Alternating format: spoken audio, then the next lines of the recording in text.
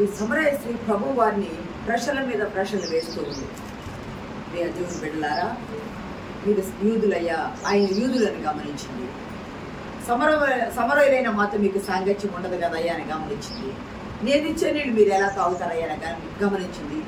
నీవిచ్చే నీళ్ళు తప్పి కావయ్యా ఏంటి, ఆ నీళ్ళు నాకు కావాలయ్యా అని అంటే ఒకదాని వెంట ఒకటేసింది. నీవు మన పితరుడైన యాకోబు కంటే నీవు గొప్పవాడివాని ప్రశ్నల మీద ప్రశ్నలు వేస్తుంది. యేసుక్రీస్తు ప్రభు వారికి దాహమైంది. అలసిపోయి శారీరక దాహం కావచ్చు కానీ ఆమె నీళ్లు చేది పోసినట్టు కానీ ప్రభు వారు తాగినట్టు కానీ అక్కడ లేఖన భాగాల్లో లేదు. ప్రభు వారు ఆమెకు నీళ్లు ఇవ్వాలన్నారు. ప్రభు వారు ఏ దాహమైందయ్యా అంటే ఆత్మల దాహమైంది. ప్రభు వారికి ఏ దాహమైందయ్యా అంటే ఆత్మల దాహమైంది. ప్రభు వారు నీకు తోడుకోవడానికి తాడు లేదు, బకెట్ లేదు అని అన్నప్పుడు ఇక్కడ గమనించినట్లయితే ప్రభు వారు తోడుతూ ఉన్నారు. ఏమి తోడుతూ ఉన్నారయ్య అంటే ఆమె హృదయపు లోతుల్లో, జీవితపు లోతుల్లో ఉన్న పాపాన్ని తోడుతూ ఉన్నారు. దేవుని నామానికి మహిమ కలుగును గాక. ఆమె హృదయపు లోతుల్లో పాపం ఉంది, ఆమె జీవితపు లోతుల్లో పాపం ఉంది. ఆ పాపాన్ని ఆమె హృదయంలో నుండి తోడుతూ ఉన్నారు. నీకు తోడుకోవడానికి ఏమీ లేదు కదయ్యా అని ఆమె అడిగింది. కానీ ప్రభువు తన మాటలతో ఆమెను తోడుతూ ఉన్నారు. ఇక్కడ గమనించండి, పరిశుద్ధుడు, పాపము లేని పరిశుద్ధుడుగా యేసు ప్రభు ఉన్నారు. పాపముతో నిండి ఉన్న స్త్రీగా ఆమె ఇద్దరు ఎదురెదురు ఉన్నారు. పాపము, పరిశుద్ధత ఎదురెదురు ఉంది. ఇక్కడ గమనిస్తే దేవుణ్ణి చూడకుండా పాపాలు అడ్డు ఉంటాయి అని యెషయా గ్రంథంలో ఉన్నాయి కదా. మన పాపాలు మన దోషాలు ఏం చేస్తున్నాయి, దేవుని ముఖాన్ని మరుగుపరుస్తుంది.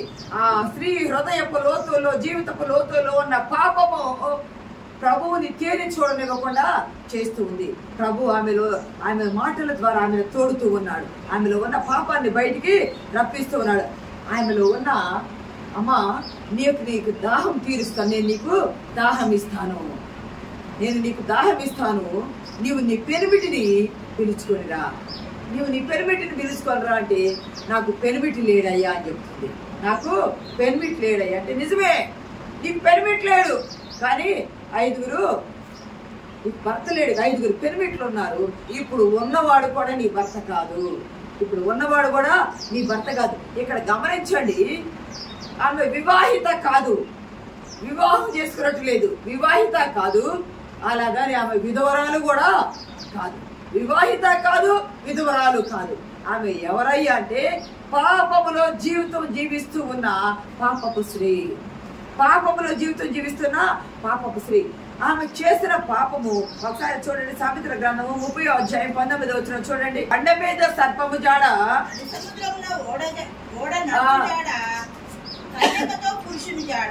నడి సముద్రంలో ఓడ జాడ, కన్యకతో పురుషుని జాడ. గమనించండి, సముద్రంలో ఓడ జాడ అనేది మనం కనుగొనలేము.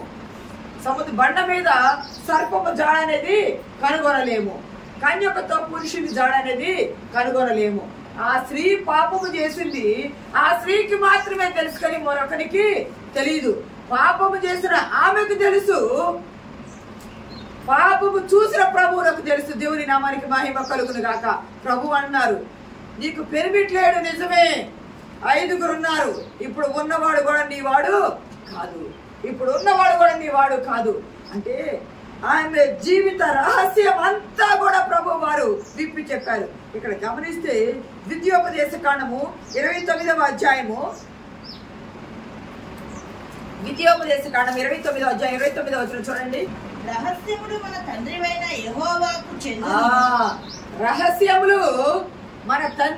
యెహోవాకు చెందును.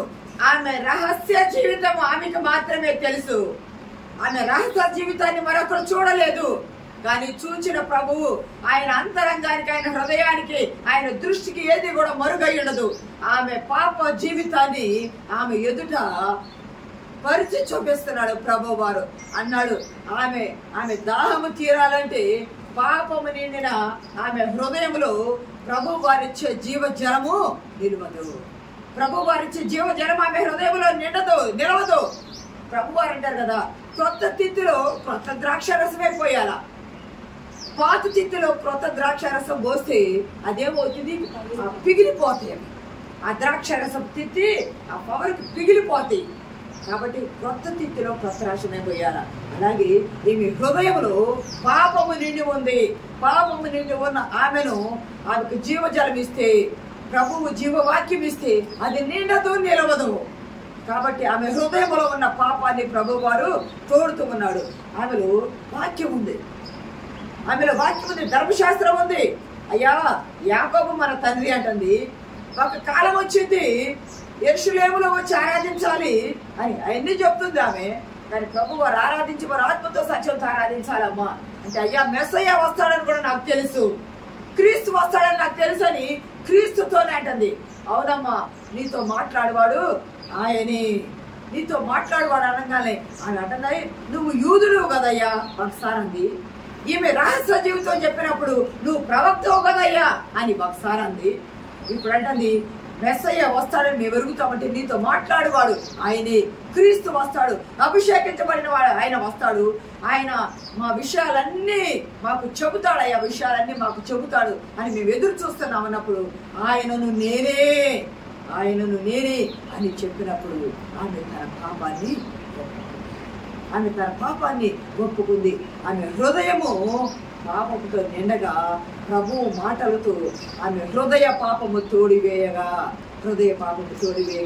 ఆమె వెంటనే తన కాళ్ళి కొండను బావి వద్ద విడిచి వెళ్ళింది. ప్రియ సహోదరి అయ్యా, తన కొండను అక్కడ విడిచి వెళ్ళింది. ఇక్కడ గమనించినట్లయితే కొండ విడిచి వెళ్ళటం ఏమిటి? ఇర్మియా గ్రంథం 23వ అధ్యాయం 29వ వచనంలో ఒక మాట చూడండి. ఇర్మియా గ్రంథము, ఇక్కడ దేవుడు చెప్తూ ఉన్న మాట, నా మాట 23వ అధ్యాయం నా మాట అగ్ని వంటిది కాదా, బండను బద్దలు చేయు సుత్తె వంటిది కాదా. ఇక్కడ దేవుడు అన్నాడు, నా మాట అగ్ని వంటిది కాదా, నా మాట బండలను బ్రద్దలు చేయి సుత్తె వంటిది కాదా. అగ్ని వంటి మాట ఆమె హృదయంలో, ఆమె జీవితంలో ఉన్న పాపాన్ని దహించి వేసింది. అగ్ని వంటి మాట ఆమె జీవితాన్ని కాల్చివేసింది, పాప జీవితాన్ని కాల్చివేసింది. ఆమె ఏదైనా కాల్చివేయబడేది ఉంటే కాల్చివేస్తే శుద్ధీకరించబడతారు.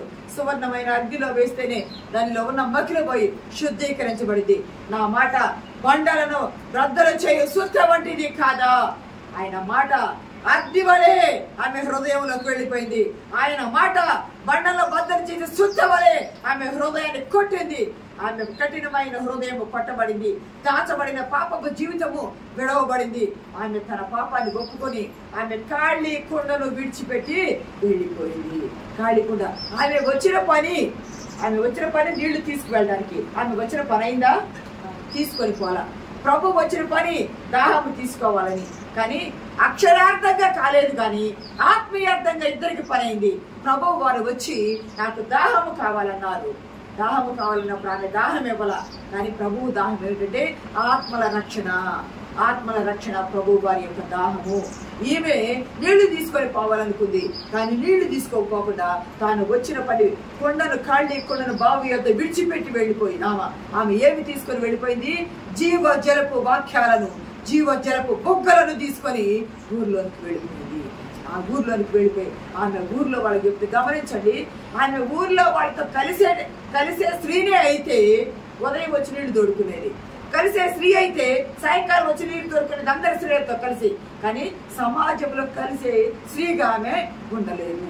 నిజమే, ఆమె అక్కడికి వెళ్ళి చెప్తుంది, నా గుట్టంతా విప్పాడు ప్రభువు. చదవండి మా మాట. నా రహస్య జీవితం అంతా ఆ కొండని విడిచిపెట్టి 28వ వచనం, 24 ఆ స్త్రీ తన కొండ విడిచిపెట్టి ఊరిలోనికి వెళ్ళి, మీరు వచ్చి నేను చేసిన చెప్పిన మనిషిని చూడండి చెప్తుంది.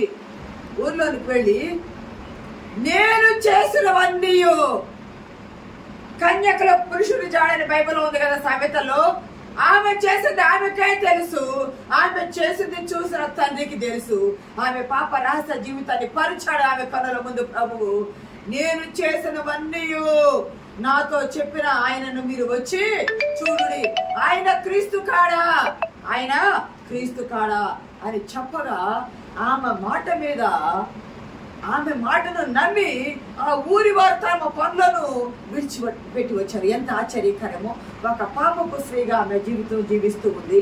వివాహము లేదు, విధవరాలు కాదు, పాపములు సహజీవనాలు చేస్తూ ఉన్న ఆమె మాట విని ఆ ఊరి ప్రజలు ఆమె మాట విని ప్రభువును చూడడానికి, ఆయన క్రీస్తు కాడా అని ప్రభువును చూడటానికి వచ్చి ఆయన మాటలు విన్నారు. ఆమెను బట్టి వచ్చారు. కానీ 2 దినములు మా యొద్ద ఉండమని ప్రభువుని వేడుకొనగా ప్రభువు 2 దినములు ఉన్నారు. ఆమెను బట్టి వచ్చి చూసింది కొంత, అయితే ఆయన మాటలు విని విశ్వసించింది కొంత. ప్రభువు దాహము ఎందుకు తీరిందయ్యా అంటే, ఆ ఒక్క స్త్రీని ఎండవేళ వచ్చి ఆ ఒక్క స్త్రీని రక్షణలోకి నడిపిస్తే ఆ స్త్రీ ఆ ఊరిలోనికి వెళ్ళి స్వార్థను ప్రకటించింది, క్రీస్తును ప్రకటించింది.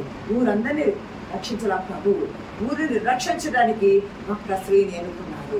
ఆమెలో ఉన్న పాపాన్ని తీర్చారు. యెషయా గ్రంథము 55వ అధ్యాయము 1-2 వచనాలు చదవండి. యెషయా గ్రంథము.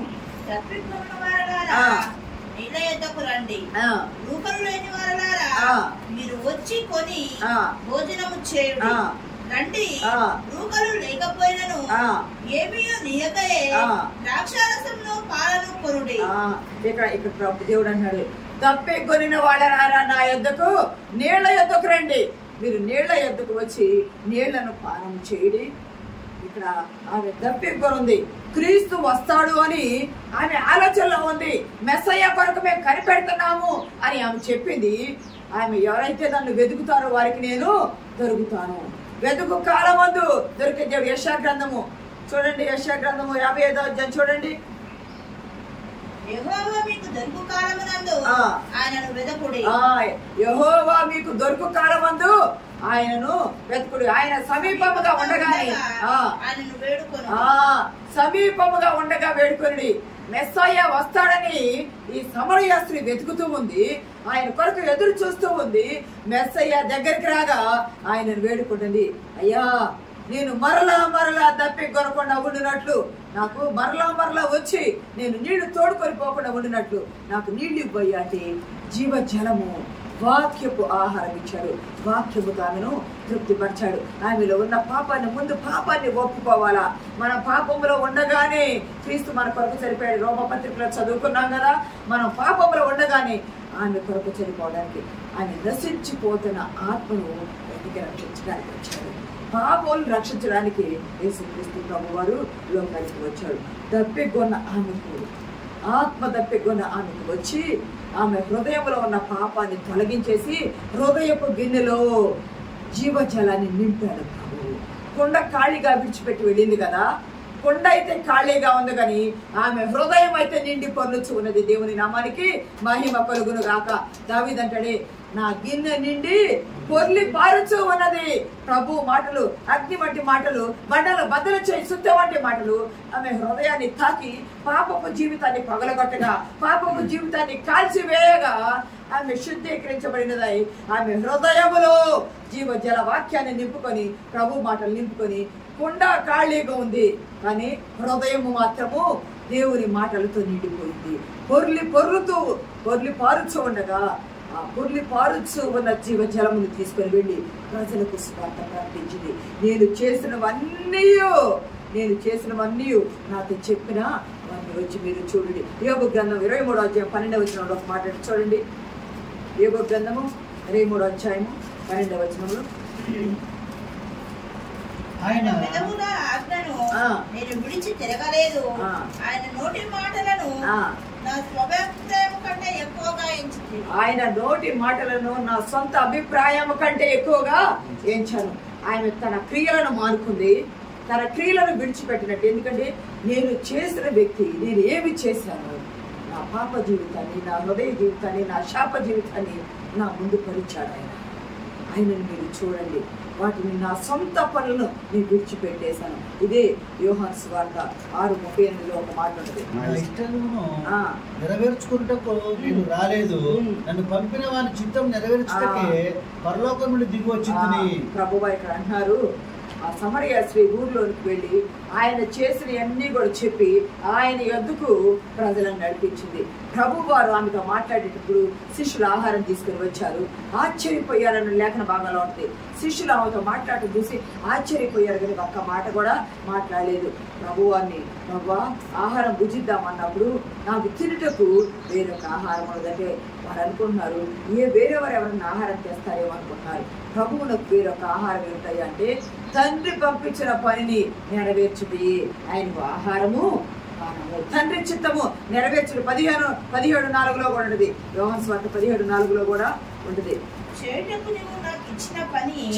నీవు నాకు ఇచ్చిన పనిని సంపూర్ణంగా నెరవేర్చి భూమి మీద నిన్ను మహిమపరచుదును. నీవు నాకు ఇచ్చిన పనిని సంపూర్ణంగా నెరవేర్చాను ప్రభువు చెబుతున్నాడు. ఇదే 14వ అధ్యాయంలో 34 నన్ను పంపిన వారి చిత్తం నెరవేర్చుటయే నాకు ఆహారం అయింది. ఆయన అంటాడు కదా ప్రభు వారు యోహాను సువార్త ఇదే 6:38 నా ఇష్టము నెరవేర్చుకున్నట్టు నేను రాలేదు, తండ్రి చిత్తాన్ని నెరవేర్చడానికి వచ్చాను. అయ్యా నీవు నాకు ఇచ్చిన పనిని సంపూర్తిగా నేను నెరవేర్చి భూమి మీద 17:4 ఉంటుంది కదా, భూమి మీద నేను నిన్ను మహిమపరిచితినయ్యా. నువ్వు నాకు ఇచ్చిన పనిని నెరవేర్చాను, నశించిపోతున్న ఆమెను రక్షించాను. ఆమె ఊరి వారికి సువార్త ఆత్మల దాహం నేను దప్పికొన్న నా దప్పిక ఆమె తీరుస్తూ ఉన్నది. ఆమెకు జీవజలాన్ని నేను ఇచ్చాను. అందుకే ప్రభువారు అంటారు మత్తయి సువార్త 9:13 అయితే నేను పాపులను పిలువ వచ్చితిని గాని నీతిమంతులను పిలువ రాలేదు. నేను పాపులనే పిలువవచ్చాను, నీతిమంతులను పిలువ రాలేదు అంటాడు. ఇదే యెషయా 44:3 నేను దప్పిక గల వారి మీద నీళ్లను ఎండిన భూమి మీద ప్రవాహ జలములను కుమ్మరించదను. నశించిన ఆత్మను రక్షించుడికే దేవుని దాహం తీర్చు. ఆమె నశించిపోతుంది కదా, నశించిపోయిన ఆమె ఆత్మదాహం తీర్చే యేసుక్రీస్తు ప్రభు వారి యొక్క పని. అట్టి భారము ప్రభువు మన పైన పెట్టుకున్నాడు. 116వ కీర్తనలో ఉంటుంది కదా, చూడసలేదు కానీ నీవు నా కట్లను విప్పి ఉన్నావు. ఆ దేవుని కట్లయ్యా, ఆమె కట్టబడ్డ కట్లు ఏమిటాయంటే పాపపు కట్లలో ఆమె కట్టబడింది. ఆమె పాపపు కట్లను, కంటికి కనిపించని పాపపు కట్లను దేవుడు విప్పాడు. దేవునికి మహిమ కలుగును గాక.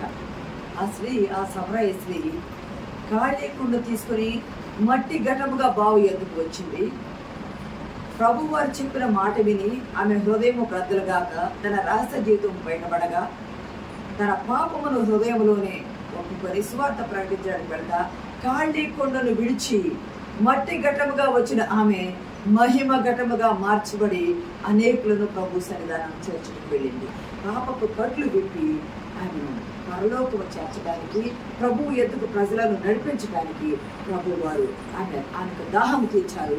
ఆమెకు వాక్య పరిచర్య చేయుట ప్రభు వారి దాహం జరిగింది.